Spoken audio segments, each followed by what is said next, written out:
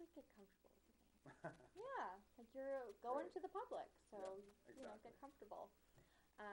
But you.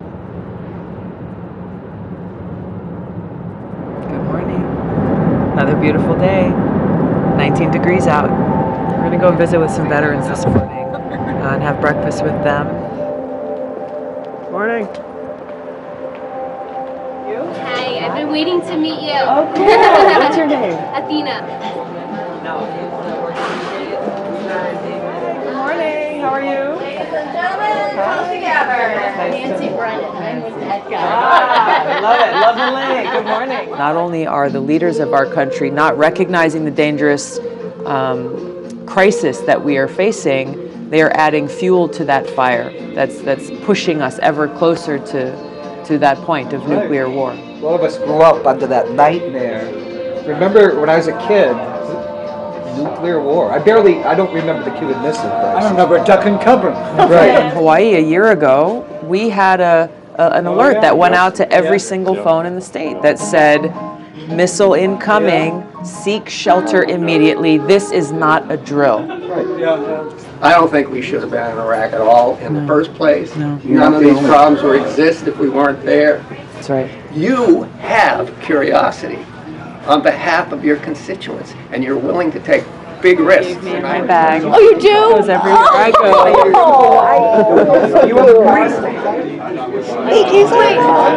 I'd love to follow up with you on both on the nuclear stuff as well as on the veteran front, just as veterans are fired up.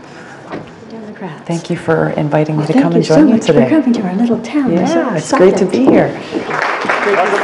A little colder here, isn't it? Just a little bit by way of background, growing up in Hawaii was a wonderful thing. It's a beautiful name. And what's your name? It's great to see you here. For your service and very succinct analysis of what's going on. I appreciate that.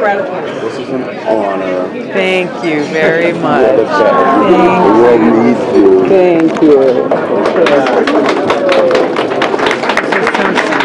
Thank you very much. Go and The only way we make the kind of systemic change that we need to see it has only come about when we, the people, stand up and make it so. That's right. The reason I wanted them to meet you is I wanted them to know that somebody can be strong without being bellicose. That's right. Thank you for coming. Thank you for bringing a friend. This is how we win campaigns, right? And can I take a picture as the fan? I appreciate that. You're incredible. Thank you so much. It is a real honor to meet you. I just want to thank you for everything you've done and everything you continue to do. People here brought the colors of the day. Nice to meet you. What's your name? My name's Meredith, and I just wanted to thank you for running. It's real. This is not politics. It's life. Thank you.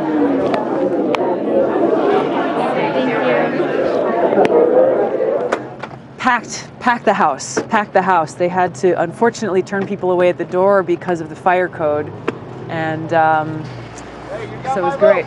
Thank you. Tulsi has provided me with a sense of hope, a sense of integrity for what our future could and will look like when we actually elect Tulsi Gabbard to office in 2020. Aloha is a recognition that we are all brothers and sisters, children of God. Aloha transcends the color of our skin, the way we worship, where we come from, how much money we make, where we went to school, who we vote for, who we love. These things that are used, unfortunately, in this day and age of politics to drive wedges between us as people. Aloha inspires us to transcend those divisions. I was in the United Nations when 122 countries agreed the Treaty on the Prohibition of Nuclear Weapons. There were people in the room who had survived Hiroshima and Nagasaki, who had been working on this for 72 years. And I was so excited, and I went out to buy the New York Times, and it wasn't on the headlines. It was on page 8, below the fold, with a picture of Nikki Haley protesting it. And you are putting it in the national discourse where it belongs. You're right, this is domestic. This is international. This is existence. That's right.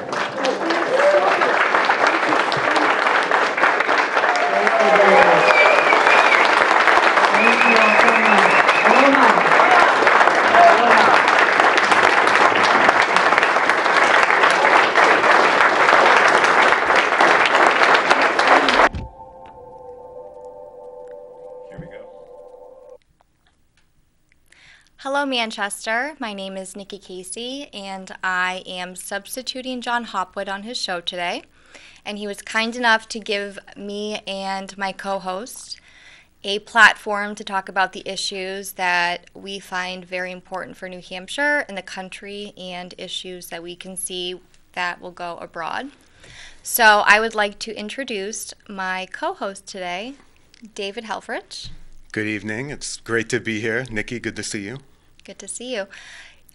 So I've been on John's show a couple times, and I did previously have a radio show, so I feel maybe not the need to introduce myself to this community, because I think that a couple of people know who I am. So I kind of want to turn the mic over to David just to let him give his intro into the world of New Hampshire. Sure. So my family moved to New Hampshire when I was about 12 years old, and immediately we fell in love. I mean, it was a tough transition. We moved from Annapolis, Maryland, but New Hampshire has its way of, appealing to a large swath of people. So we love the mountains. We love the ability to ski in the winter and the nature here. Went to high school, Exeter High School, public school, not the academy. And then went to college at James Madison in Virginia. Went to law school at Howard in D.C. Spent about 8 years in Washington, D.C. And then, immediately started the business in Costa Rica. Had the opportunity. What was the business in Costa Rica? Sure. So it was a distribution company for superfood supplements, acai, quinoa, and things of that nature. So we distributed in Central America. Shortly after that, I moved back to New Hampshire. So I returned after about 10 years away. Yep. And, started a small business, a search consultant firm specializing in talent retention, succession, diversity, and inclusion.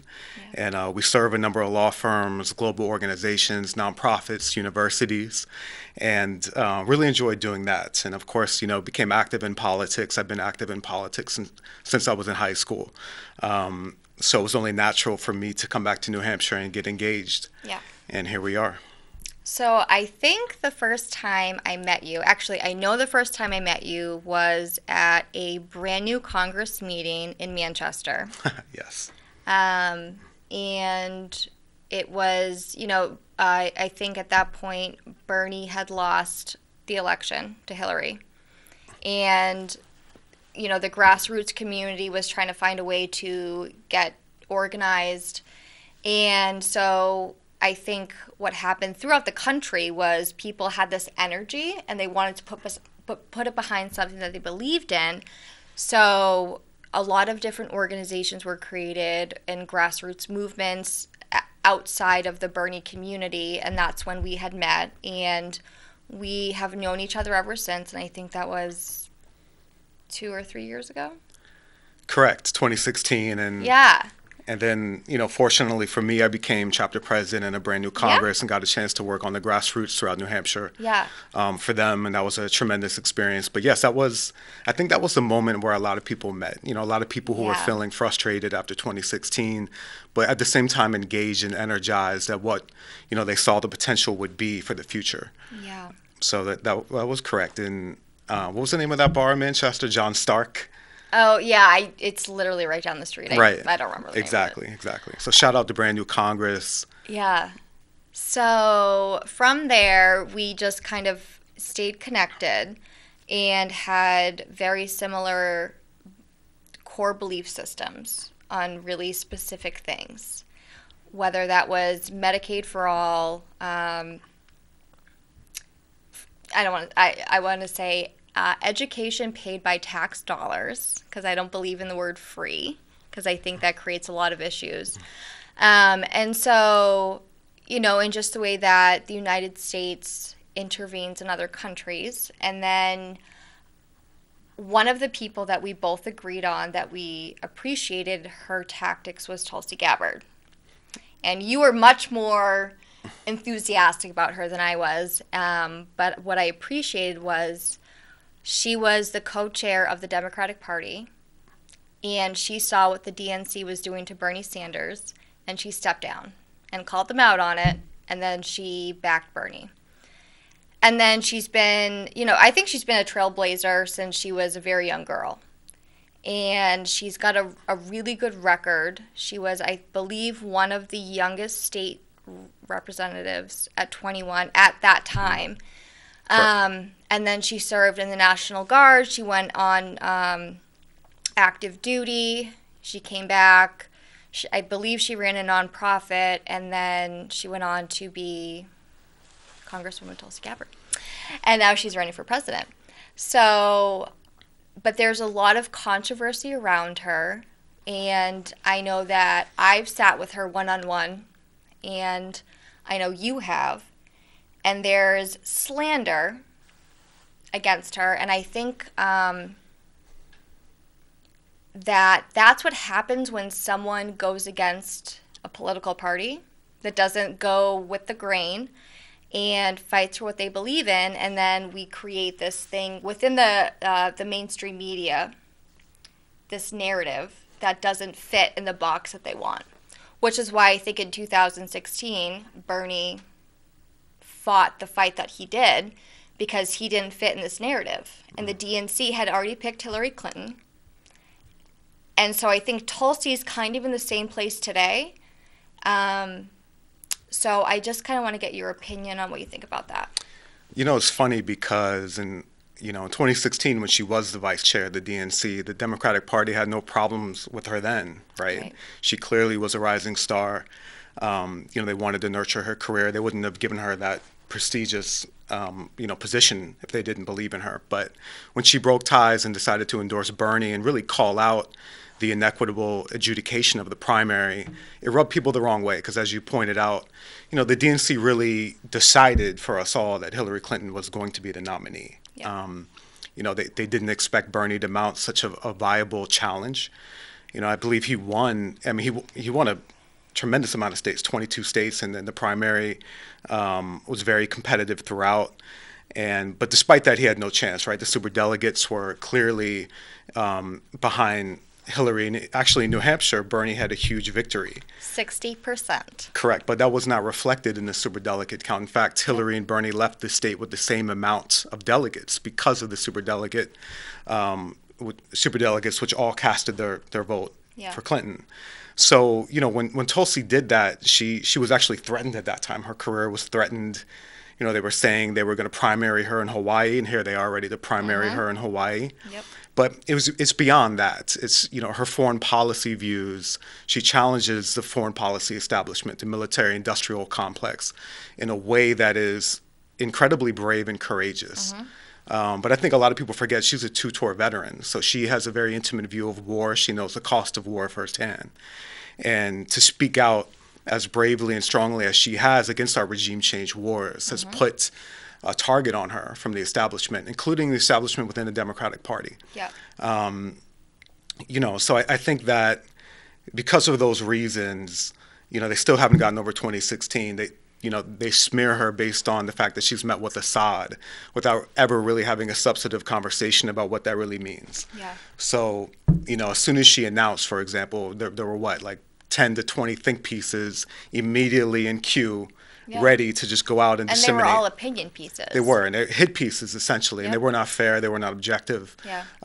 But despite that, she has ran such a poised campaign, appealed to people across the political spectrum, which is what you want in a general election. Not just somebody who can round up the loyalist Democratic vote, but people who can appeal to independents, civil social libertarians, even some conservatives, and of course progressives. So, despite all of that, Tulsi is here running a tremendous campaign, and we see in New Hampshire how she's been able to connect with people. So I have to wrap my brain around everything you just said because you just brought up so many good points. So I think I'm going to start with the fact, and it's very important in New Hampshire to appeal to more than one demographic. New Hampshire is very broad in politics, and we have extremists on both sides of the party, and then we have people in the middle, and then we have people in the middle, and I think people in New Hampshire try really hard to grasp the political narrative, and I hope we don't pick people based on the letter next to their name when we go to vote for them. And I think we've seen that time and time again. Because I think that New Hampshire has a really hard time with establishment politicians. And we kind of lean towards politicians that don't necessarily like fit in a box, which is what I love about my state. And she does not fit in a box. And I think that's part of the push against her, is that people want Tulsi to be like, well, you stand, with this issue because you're a Democrat. And she's like, no, I've actually I fought war and I've seen issues, and I have, I fought with my fellow vets. And, Democrats want X, Y, and Z, and Republicans want X, Y, and Z, but I've actually been on the ground. Mm-hmm. And I'm not gonna say that that's correct. Exactly. And so you asked me really what drew me to her early, why I had such early support.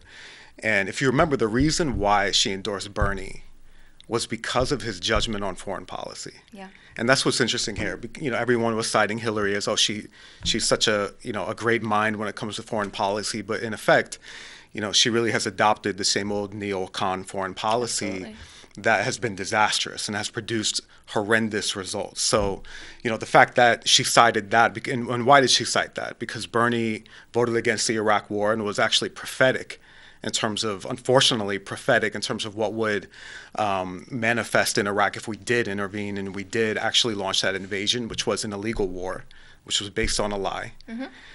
So when Tulsi, cited his judgment on that, and also the fact that he was speaking out against what was happening in Syria, what was happening in Libya, and how the results of that have been not only horrendous for us. We've spent trillions of dollars. We've had, our servicemen and veterans come home injured, dead, with PTSD, litany of issues, spent all of the people's money on these wars. But most importantly, the people there are in worse condition. Absolutely. And that, I think that's her biggest point.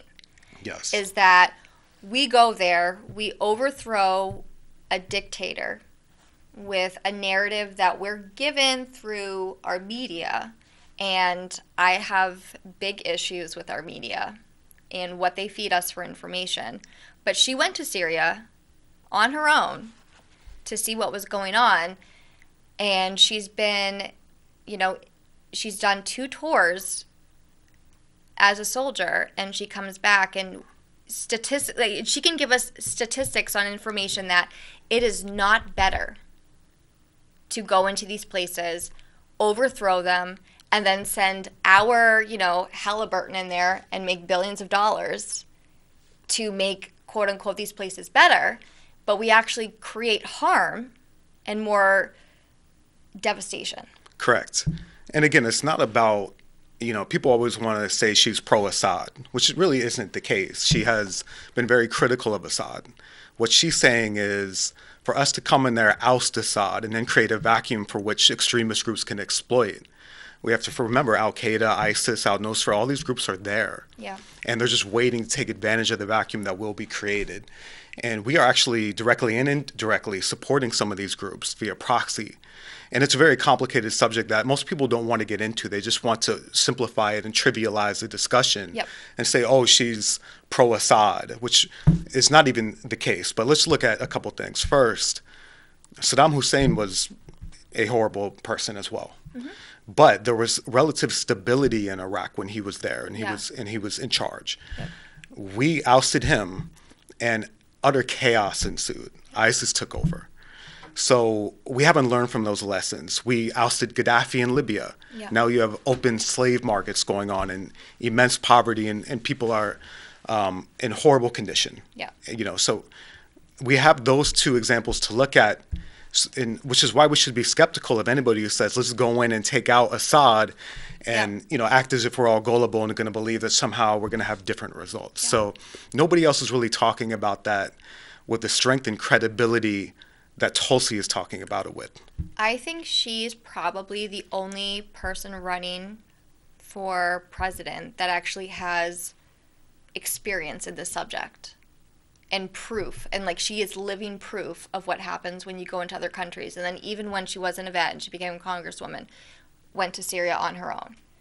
And her philosophy is that we are not going to better countries by sending ourselves in with troops. And the money that we spend on that, we can use at home. And there's ways of supporting countries without sending military in. And her theory, from my understanding, is that there are ways of doing that, but at home, we are in crisis. Correct. We're sick. We're a very sick country. And, from the work that I've done in my own lived experience, I've seen the sickness. And I've experienced people, I worked with the homeless population, and there was a point where I was almost homeless at one point due to having addiction problems. And this state specifically has a huge, huge crisis. And we don't have the resources to help people, and we love really expensive Band-Aids, which is, I think, a theme in this country. It's like, let's fix this here by giving you half of what you really need, or like a quarter of what you really need. Correct. Because for every dollar we spend trying to institute regime change, it doesn't go to the opioid crisis. It doesn't go to our infrastructure. It doesn't go to revolutionizing our energy system. It doesn't go to Medicare for all. Right. So, we always have this calculus of how are we going to pay for all these things that these, brave freshman congresswomen like Ocasio-Cortez and Congresswoman Omar are talking about. Who are amazing. Yes, everyone always questions them and asks Bernie, how are you going to pay for that? But we never ask how we're going to pay for these costly trillion-dollar regime change wars that we get no return on our investment in. Right. So, and just one point about her trip to Syria to meet Assad, that's what we want our representatives to do. We want them to get to the truth.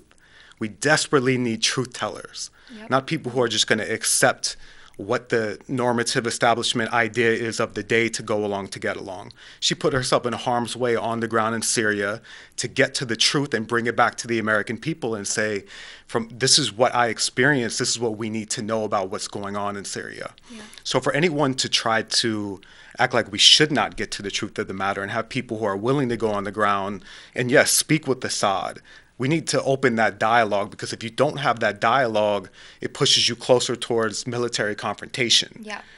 Which of course is what the Trump administration wants, with, John Bolton and the neocons still in power. Mm. So, the fact that she has mounted that viable challenge is something we should all be celebrating, especially within the Democratic Party.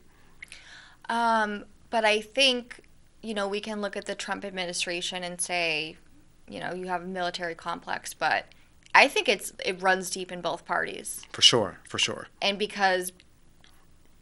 so I'll segue into something, but I think with both parties, there's deep pockets, and there's a lot of bribery, and there's a lot of money. And so these people who make it to the front lines to be able to run for president, we've seen, where they get their money from, how they were able to get where they go. With Bernie, and people can say whatever they want, but it's $27. $27 is his average donation by individual people. And even to get on to the debate stage now, it is 65,000 individual voters, and I believe it has to be 200 from each state. That's just to get on the stage. And, I get the theory behind it, that it just kind of, weans out who can, get on stage. But the American people are always going to be better when there's more diversity on the stage. Yes, absolutely. And, I think, listen, there are some great candidates in the race. Elizabeth Warren has a lot of tremendous ideas. Yep. Of course, I got to shout out Kamala. I'm a Bison. I'm a Howard Bison. Of course, I got love for Kamala, but I have serious questions as to whether she's the progressive champion we need right now.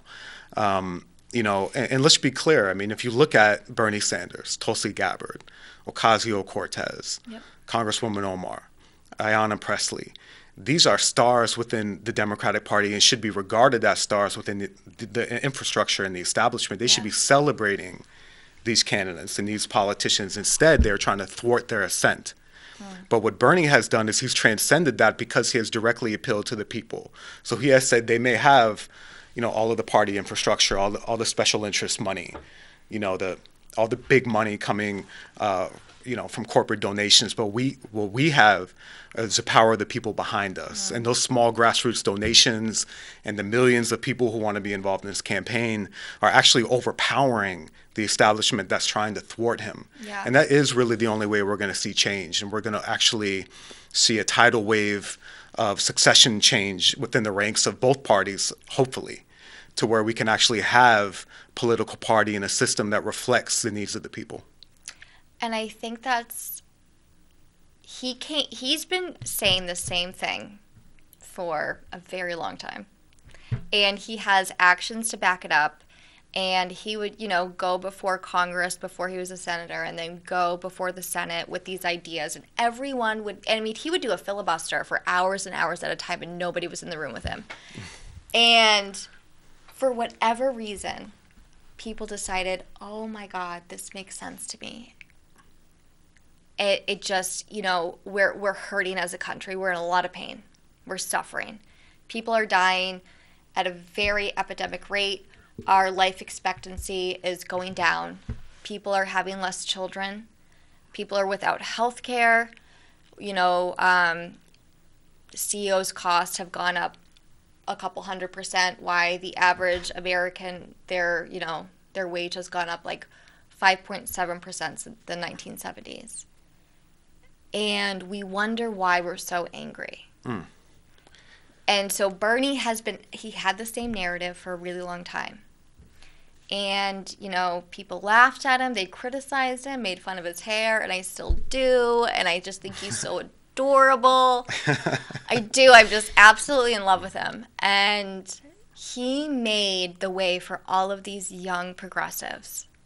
He did, and what's funny is that they are now parodying his talking points, which were deemed extreme and too radical just a couple years ago. Yeah. So, you have all the other candidates saying, yes, I'm for Medicare for all. Yes, I'm for $15 an hour. I'm for a living wage. Yeah. I'm for criminal justice reform.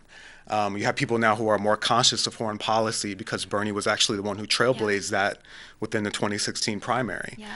And of course, now later, Tulsi has become the champion of that. But he has really been the godfather of all these progressive ideas that now you're seeing the young politicians like Ocasio-Cortez, they came to their ascent because they got involved in the Bernie campaign. And I think that's really an important point because a lot of people are saying, oh, Bernie is just this old white guy movement, which couldn't be further from the truth. He has appealed and really excited such a wide swath of the country from a vast amount of demographics. His campaign, his co-chairs are the most diverse of any presidential campaign in history. Yeah. And, so it's really does a disservice to not tell Bernie's story and not really tell the full story of how he came to power, the work he's done for half a century, and how he's inspired really a new generation of progressives. And and I think he's just been getting more comfortable actually telling, I think he talks about the issues and he never wants to talk about himself. And he, when he went to Brooklyn, he told his story. And his story, it's pretty wild. His parents came from Poland, they, witnessed World War II, came here impoverished, and their only goal was to buy a house. And they never got out of Brooklyn, and his mom died at a really young age. And so he just, he has experience on communities that are hit hard by inequality. And so when he looks at the biggest picture, which is everyone, and he sees everyone as equal, and he wants to find ways that we can take all different communities, organize, and uplift. And I remember one of the first times we talked, I said that Bernie is the father of the Indigo Children, and I still stand by that. And if you don't know about Indigo Children, look it up. But he speaks to the soul, and that's what I love about Tulsi, is she speaks to the soul, and one of her big things is lead with love. And in the way the world is operating right now, and I don't care how this sounds, I just really don't, but the world will be better if we lead with love. And if we really look at every single individual as a human being, and everyone is suffering on a different level, And I'm not here to tell anyone how to operate or, what to do. And we've had private conversations where I'm sure I'm like, David, you shouldn't do that. But you're your own man. And no matter what, at the end of the day, I'm still going to love you. And I feel that way about 99% of the people I come in contact with. And I feel like Tulsi and Bernie give off that energy, and the world needs it. We're not going to make it if we don't lead with love. Absolutely. And listen, we desperately need our politics to be infused with higher consciousness. We absolutely need to get away from this partisan groupthink to where people are only concerned about getting elected and appealing to people within their bubble. Like, we have to create a message that's more universal, that is something that's applicable not just to all the people of our country, but the people of our planet, and that binds us all together in commonality and common interests as human beings. So, Bernie and Tulsi have done an excellent job of appealing to that. And, one thing that really struck out to me with Tulsi when she came to visit at the Green Elephant in Portsmouth, shout out, Green Elephant in Portsmouth, that was good. Was that she spoke about the dark shadow of corruption that envelops our politics. And that's something very real, because we have to, really mount a viable challenge to that and be energized and be conscious and really bring forth people who have been alienated by the political process. Yep. When I first became a voter, I was really a non-voter when I was in high school and college and became of age. I was one of those voters that, probably both parties said, don't waste your time with, right? Because, he's not going to vote. But, as I got a little bit more mature and my understanding of the political process became a little bit more sophisticated, I realized that really the movement for us is to not try to convince people to think like us, but it's to energize non-voters into voters and create a message that speaks to their needs, understands their pain, speaks to people in a way that has empathy and is trying to communicate to them as people, as human beings, not as Democrats or Republicans. Yep. And when you get to that, you get to the core of our humanity. And I don't think any candidate does a better job of that than Tulsi. Yeah. And I'm being biased because I've had, very intimate moments of just like talking with her and hugging her and embracing her. And I organized a veterans breakfast in Manchester with some veterans, and my dad was there, which was like the coolest thing ever, and Tulsi, and she was so engaged in everything, which was what the opening clip was, her with the veterans, and she was just so engaged and authentic, and she made everyone feel so loved. And then a couple months prior to that, I had a crystal, which shows my my indigo child, and I gave it to her one time when we were walking down the street, and I just said, I charged it, and I just think you should have it. And then I saw her a couple months later, and she's like, I just want you to know I carry it in my bag with me. And I was like, and I actually totally forgot about it. And that just showed me how important meeting people is for her, and like how important what she's doing is for her. And so wherever she goes in life, and I think she's going to go very far. I have no doubt in my mind that Tulsi is going to make a huge impact on the world. Wherever she goes in life, the world will be better because she leads with love. Without question. And, in New Hampshire, we're inundated with candidates who come here. We're so lucky. We are lucky, but also we see how politicians come, they run for president, they're self-serving. You see it right away. You see, they're only here for their own political ambitions. But Tulsi is actually here to really get an understanding of the people of New Hampshire and what we need, where we need leadership. And, there's really not a self-serving ounce in her body. No. And I think that ability to be of service to the planet, to be of service to the country, to be of service to our people is something that is just so powerful and something to admire about her. Yeah. That, I know that more people are seeing that as they get a chance. Not everybody is as fortunate as us to have that in-person contact with her. But the same thing, she came up to me and said something very real about our first meeting at the People Summit, the Rights and Democracy. Yeah. Shout out to Rights and Democracy, by the way. Their People Summit, which, really just put a punctuation point on for me as to how real Tulsi was. That was the first opportunity I had to meet with her. Yeah. And she was just so genuine in her approach. And she was really cute at that summit because she was serving ice cream with Ben Cohen. Or no, it was Jerry. It was Correct. Jerry. Yeah. Correct. Non-dairy ice cream too, which was impressive. That's correct. You know, so, but you know, I grew up and you grew up, and a lot of people of our age group grew up as the 9/11 generation. Yeah. You know, 9/11 happened, and that was really a seismic shift in terms of world and global affairs. Yeah. You know, after 9/11, we grew up seeing these failed wars. We grew up seeing us go into Iraq based on lies. Mm-hmm. You know, there's somebody in my life who I love very much who was born in Baghdad, and her family, you know, was displaced because of our involvement in Iraq. Yeah. And actually became a refugee to our great state of New Hampshire. And, you know, Tulsi connected with her and people, you know, of that experience on such a real human level. And there aren't many politicians who really can get into that and really understand that human cost. Yeah. So for me, how we engage with the world is of utmost importance, especially after Trump and his administration have really just trashed about the world and gone about it and really disrespected many different countries, many different cultures. I just want to go on the record and say that Trump is disgusting. I mean, he's done us great harm. You know, our reputation in the world has suffered. We have, you know, our traditional allies are wondering if they can trust us. Yeah. You know, we dropped out of the Iran deal, which shows that we don't keep our word. We dropped out of the Paris Treaty, which shows, again, we don't keep our word. We can't be trusted. Yep. And for what?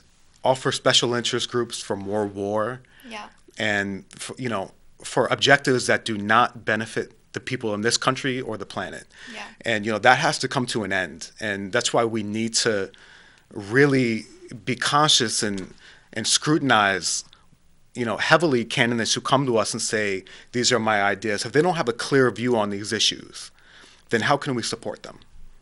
And I think it's really hard because I think this election there is actually like a lot of really good candidates, and I want to be like, no, I'm only going to vote for one, but I want to actually campaign for like a couple of them, and I think that's amazing, which just shows like if you move too far this way, you're going to get a lot of backlash, and that's really important. And something that's so important to you is the environment. So where does Tulsi stand on the environment? You know, it's interesting. She got her start in politics as an environmentalist. So, and, you know, and also when you look at it, she's the only candidate running for president who marched with our indigenous family at Standing Rock. Yeah. To preserve our sacred waters. Yeah. She came to New Hampshire, and she's a surfer as well. So and I bring that up just because she has that connection with Gaia, our planet, with the water, with the ocean. Yeah. You know, she puts her feet into the ocean. And I think that connects her with the planet in the way that we need. So her policies reflect that. You know, she, you know, has a tremendously ambitious but also practical environmental policy. And, you know, that's something we can't afford to not be strong on. Listen, our generation, we could grow up and our children could grow up living in a planet that is polluted, that doesn't have the biodiversity and wildlife that we grew up enjoying, and doesn't take on the fossil fuel industry, doesn't take on animal agriculture and all these industries that are just about consumption and profits at the planet's expense. And, you know, I think Tulsi is very conscious of that in a way that resonates with me and certainly other people who are mindful of the environment. Yeah. She is a vegan. So are you. So where do you see that fitting in with politics? Because I think it's important. I was a vegan for like 2 seconds, and I was a vegetarian for 2 years. But in total transparency, I was also anorexic, so it just wasn't good for me. But I definitely have guilt when I eat meat. But I also know the impact of eating meat on our environment and factory farming and just the absolute cruelty, and when you consume that stuff and project that out into the world, but on just like an absolute basic level, can you explain to me why not eating meat is better for the environment? Sure, and let me just preface it by saying, sure, you know, veganism I think is a beautiful thing, but strategically a lot of vegans have gone awry when they condemn and judge people harshly who eat meat and who aren't vegan. That's not going to persuade anybody. That's not Yeah, going, so no, I just want to thank you for saying that, because when I was a vegetarian, I judged everyone who ate meat. I was Right. definitely that person, and it's just not constructive. But in terms Knock of it off. But in terms of the environment, we always talk about the fossil fuel industry, but we don't talk about animal agriculture and the amount of resources it takes to keep these farms alive, which, you know, essentially slaughter animals for consumption. And you know, that is devastating the Amazon forest in Brazil, for example. It's devastating our natural environment, all just so we can consume more and more meat. There's more and more people on the planet. So it's really not about, you know, a vegan cult or trying to, you know, convert everyone, as much as it is getting people to be more mindful and conscious about what they're eating, the impact of that, you know, the footprint they leave when they consume meat, and try to mitigate that intake. And also, as a vegan, I'm not deprived of anything. I can have pizza, I can have ice cream, I can have cheese, I can have milk, all plant-based options. When you look at our planet, it's truly unbelievable. The amount of flavors that we get from plants and the amount of foods that we can eat that are both nutritious and taste great is really more about pleasure, and it's a reward. It's not a burden. What's vegan cheese? Is it Daya? Yes, Daya. They make. It we'll say literally make it, tastes like my arm. Well, it's coconut based. It can be cashew based. I mean, you know, so I think it's exciting to really, you know, look at the options, but also, you know, I want our children and our children's children to grow up in a planet that's sustainable, that respects animals, respects our planet's health.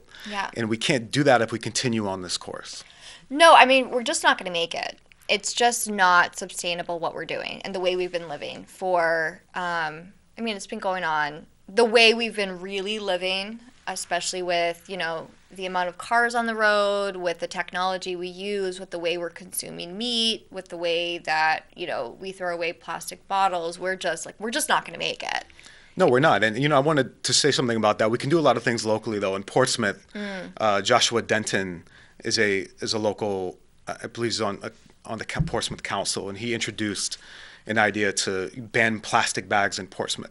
And that's something that we need to have happen all across the state. We need to just say as communities that we are no longer going to accept that our grocery stores just give people plastic and contribute to this problem that we know is just getting out of control. And if California can do it, we can do it. For sure. I mean, New Hampshire has a lot of people who are into conservation, who really care about the environment. Really care about our drinking water, which, as we know, is a big issue right now. We have high childhood cancer rates, and it's about our environmental integrity. So this is, you know, and if there is an existential threat, it's not from Assad. It's from our environment and the challenges of climate change and, you know, the urgency to act right now about changing this course. And then I think the thing is, like, people worry about money. You know, all these things cost. It costs money. But if we take care of, you know, I think we're so afraid of prevention. And going back to what I said earlier about those really expensive Band-Aids, we're so afraid of prevention because we're told that, well, you can take, and I'm guilty of it. I've been on lots of different medications to deal with my business. And I was told, well, and, you know, take this pill, or do this, do that, go to this rehab, do this. And, you know, I think there may have been a better way to deal with the situation, and there was a lot of money spent where it didn't necessarily need to be. And I think our country is almost allergic to prevention.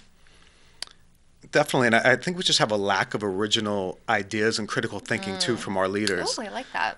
You know, I think that, you know, one of the most outstanding aspects of Bernie, for example, is how he so simply and clearly articulates why we need Medicare for all. And, you know, what he says and what Tulsi says and other people now who are also adopting the Medicare for all jargon are saying, you know, the cost of our healthcare system is immense, but the results we get are really poor, inadequate. In fact, you know, obviously the only major nation on earth that doesn't provide universal health care. And because of that, we allow the pharmaceutical industry to control prices. We allow insurance companies to speculate and push costs up to the point where we just don't have a fair system. And it's not about health. It's not about preventing people from getting ill. It's about profiting off the system. And, you know, listen, I deeply believe in an innovative economy. You know, I think this whole concept, are you a capitalist or a socialist, is nonsense. You don't have to have this, false duality and false dichotomy of ideas. We should adopt the greatest ideas of both of them. So we have aspects of socialism we all love. Yeah. People in this country love Social Security. We love kindergarten.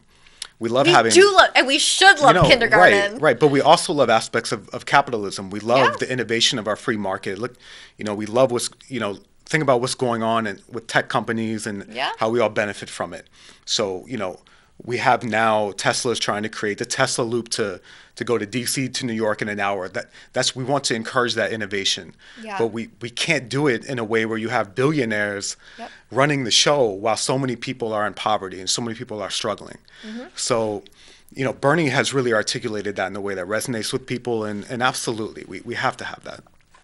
And Bernie is a numbers man, and I've been listening to Bernie for years, and he gives a speech and you hear it and you know what the next speech is going to sound like.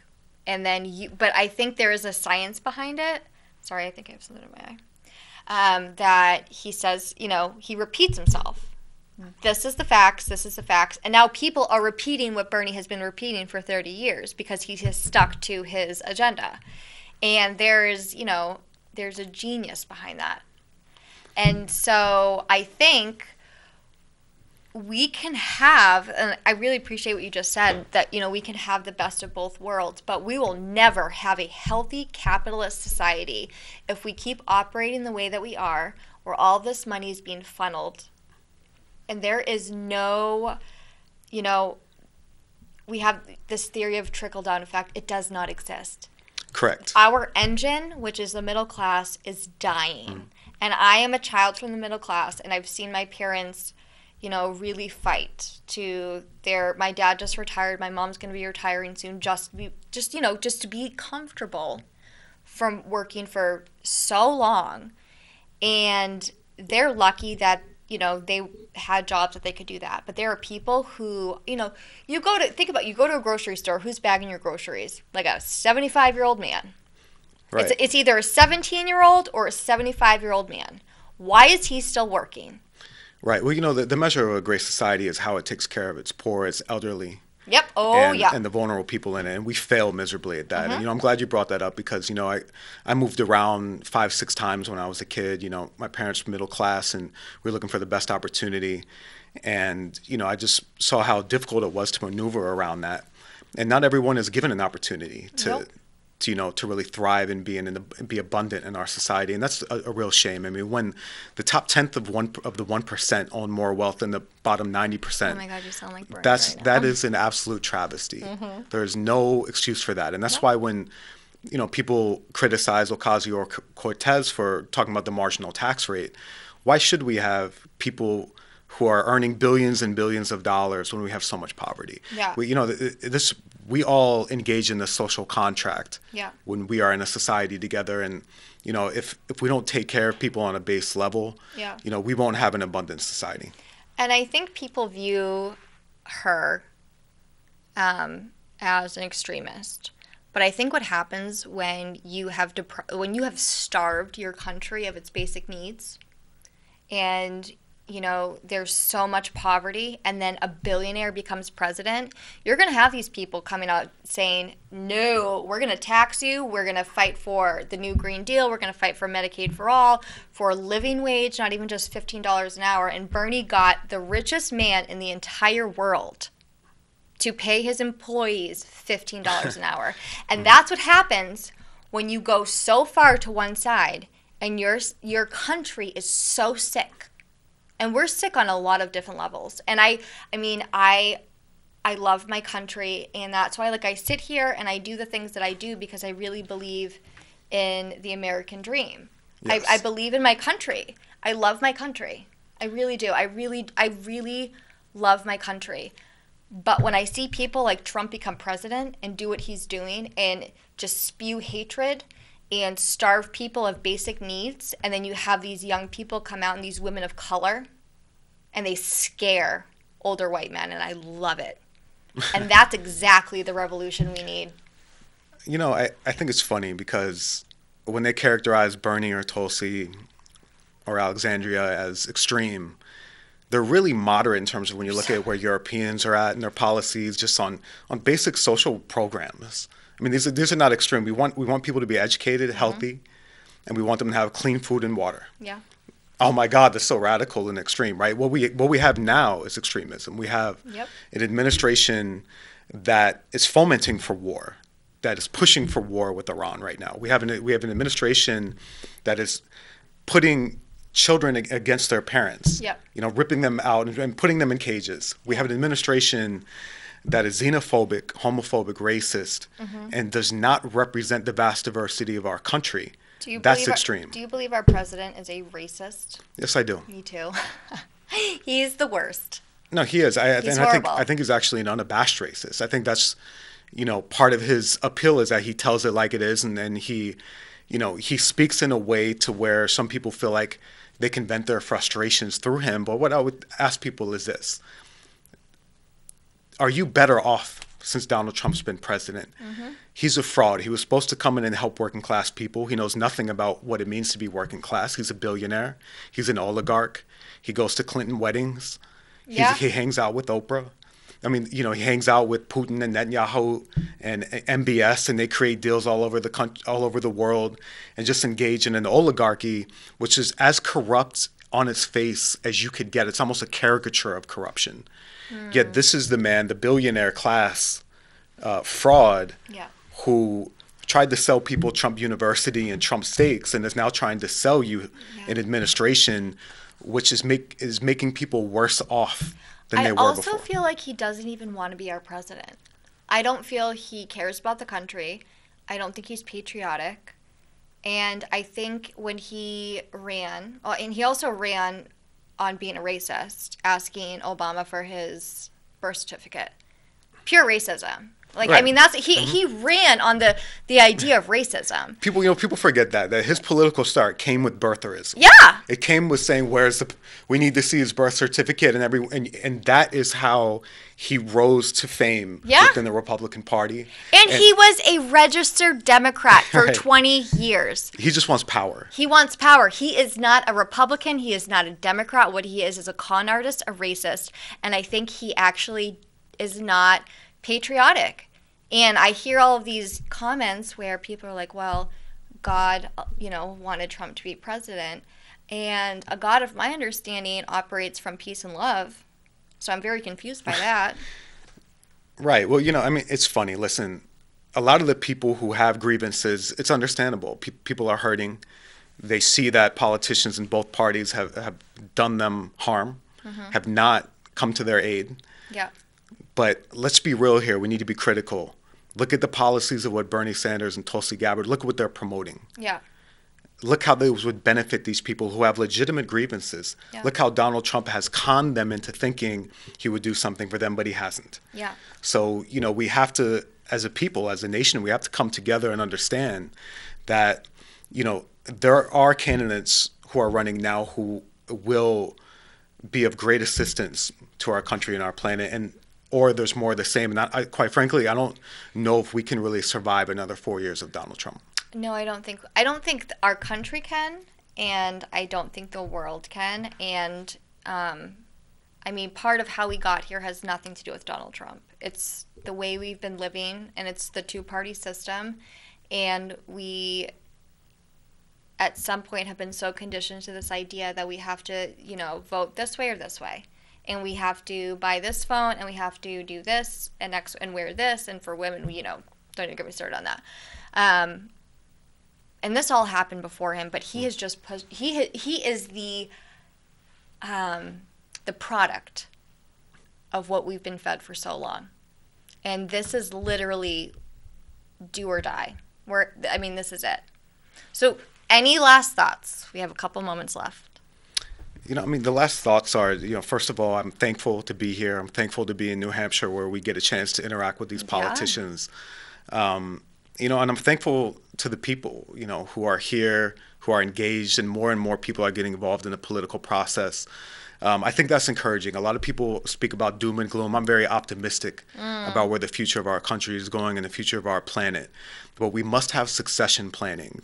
The Democratic Party can't continue to keep the same people in leadership decade after decade with zero succession planning. We need progressives, not just as Democrats, but as independents and Republicans, to take over the political process. So I just want to thank John Hopwoods for allowing me and David to kind of take over his show today, and I hope he doesn't get in trouble for the things that we said. And we will do our best to come back and have these conversations, more of them, and we could get more on a local level. And I just want to thank Manchester, and hopefully you will see us again soon. Thank you. you. Good evening.